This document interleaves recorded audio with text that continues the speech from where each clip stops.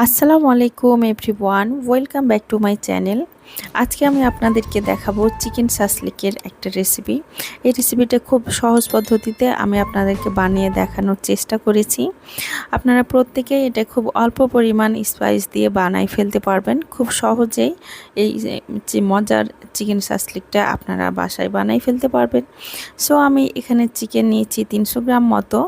এখানে আমি চিকেনটাকে ম্যারিনেট করার জন্য 1 চা চামচ আদা বাটা, 1 চা চামচ রসুন বাটা নিয়েছি, আর 1 চা চামচের একটু কম নিয়েছি মরিচ গুঁড়ো, আর এখানে হাফ চা চামচ নিয়েছি পাপরিকা পাউডার। পাপরিকা পাউডারটা খুবই অপশনাল, আপনারা চাইলে দিতে পারেন, না দিলে মরিচ গুঁড়াটা একটু বেশি করে দিবেন। হাফ চা চামচ দিয়েছি কালো গোলমরিচ গুঁড়া, আর আমি 1 চা চামচ দিয়েছি লাইট সয়া সস, আর 1 চা চামচ দিয়েছি ডার্ক সয়া সস, আর 1 চা চামচ দিয়েছি ভিনেগার। যদি আপনারা ভিনেগারটা না দিতে চান তাহলে আপনাদের লেবুর রস দিতে হবে 1 চা চামচ পরিমাণ। আমি টেস্ট অনুযায়ী লবণ দিয়ে দিলাম। এখন আমি এগুলো সবগুলোকে জাস্ট একসাথে মেখে নিব। এখানে আমি আর অন্য কোনো গরম মশলা বা তেমন কোনো মশলা ইউজ করিনি, বিকজ চিকেন সাসলিকটা আপনারা মনে রাখবেন যে এটা কিন্তু কাবাবের মতো খুব বেশি মশলা দিয়ে ম্যারিনেশন করতে হবে না। এটা খুব অল্প পরিমাণ মশলা দিয়েই এটা বানাতে হয়, এই জন্য আমি খুব বেশি মশলা ইউজ করিনি। আমি এখন চিকেনটাকে খুব ভালো মতো মাখায় নিব। একটু সময় ধরে মাখালে চিকেনের মধ্যে আপনার মশলাটা খুব ভালো মতো ঢুকে যায়। আমি এখন চিকেনগুলোকে মাখায় রাখছিলাম দুপুরবেলা, এটা আমি বিকেলে বানাইছিলাম। সো আপনাদের হাতে যদি সময় না থাকে একদমই, তাহলে মিনিমাম আপনারা আধা ঘন্টা মাখায় রাখবেন, তাহলে ভালো মতো চিকেনের মধ্যে একটু মশলাগুলো ভালো মতো ঢুকে যাবে। আমি এখানে 2 রকম ক্যাপসিকাম নিয়েছি, যদি আপনাদের একরকম নিতে চান কোনো সমস্যা নাই। আর আপনারা যদি কেউ বাচ্চাদেরকে খাওয়ানোর জন্য গাজর দিতে চান দিতে পারেন, সেটাও অনেক ভালো লাগবে। আর আমি এখানে নিয়েছি পেঁয়াজগুলোকে 4 টুকরা করে।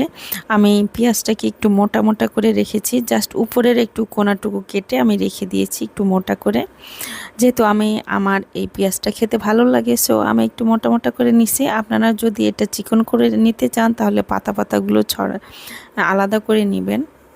আমি একসাথে রেখে দিয়েছি। আমি পেঁয়াজটা এখানে মাখিনি, অন্যান্য ক্যাপসিকামগুলো একটু মশলাটা মেখে নিলাম, কিন্তু পেঁয়াজটা মাখতে গেলে পেঁয়াজটার কোষগুলো ছুটে যাবে, আলাদা আলাদা হয়ে যাবে, এজন্য আমি পেঁয়াজগুলোকে এর সাথে দেইনি। এখন আমি এগুলোকে কাঠির মধ্যে ভালো মতো এটা ঢুকাই নিব। আর আমি প্রথমে পেঁয়াজ দিছি বা লাস্টে আমি পেঁয়াজ দিব, যাতে আপনার চিকেন সাসলিকের মধ্যে থেকে চিকেনগুলো বা ক্যাপসিকাম যদি লাস্টে দেন তাহলে কিন্তু বের হয়ে যায় ভাজার সময়। এজন্য আমি পেঁয়াজ দিয়েছি, যাতে পেঁয়াজটা একটু শক্ত হয়ে লেগে থাকে, তাহলে বের হয়ে যায় না, নাহলে ম্যাক্সিমাম টাইম আপনার বের হয়ে যেতে পারে। এটা দেওয়ার পরেও অনেক সময় বের হয়ে যায় বা ছুটে যায়। আমি এখন এগুলোকে একটা একটা করে ভালো মতো শাসলিক কাঠিতে আমি ঢুকাই নিয়েছি। তবে এই শাসলিক কাঠিটা আমি বানানোর আগে আধা ঘন্টা মতো ভিজাই রাখছিলাম পানিতে। ভিজাই রাখলে কাঠিটা শক্ত থাকে, আপনার রান্না করার সময় ভেঙে যাওয়ার সম্ভাবনাটা থাকে না, নাহলে একদম ড্রাই থাকলে চিকন যেহেতু ভেঙে যেতে পারে। আমার শাসলিকগুলো বানানো হয়ে গিয়েছে, এখন এটা আমি খুব অল্প তেলে ভাজতে হবে। আমি খুব অল্প তেলে ভেজে নিব। খুব বেশি করে তেল দিলে আপনার চিকেনটা ভাজা ভাজা হয়ে যাবে, সো এটা খেয়াল রাখবেন যে অল্প তেলে এটা ভাজতে হবে, আর অল্প আঁচে অবশ্যই, এটা যাতে 10 মিনিট ভালো মতো কুক হয় সেই খেয়ালটা রাখবেন। আর কুক হওয়ার পরেও যাতে একদম চিকেনটা লেগে লেগে না যায়।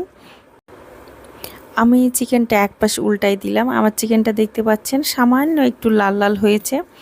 আমি 5 মিনিট পর এটা উল্টাই দিয়েছি, আর এক সাইড 5 মিনিট হলে আপনার হয়ে যাবে। এখন আমি একটা সস তৈরি করে নিব।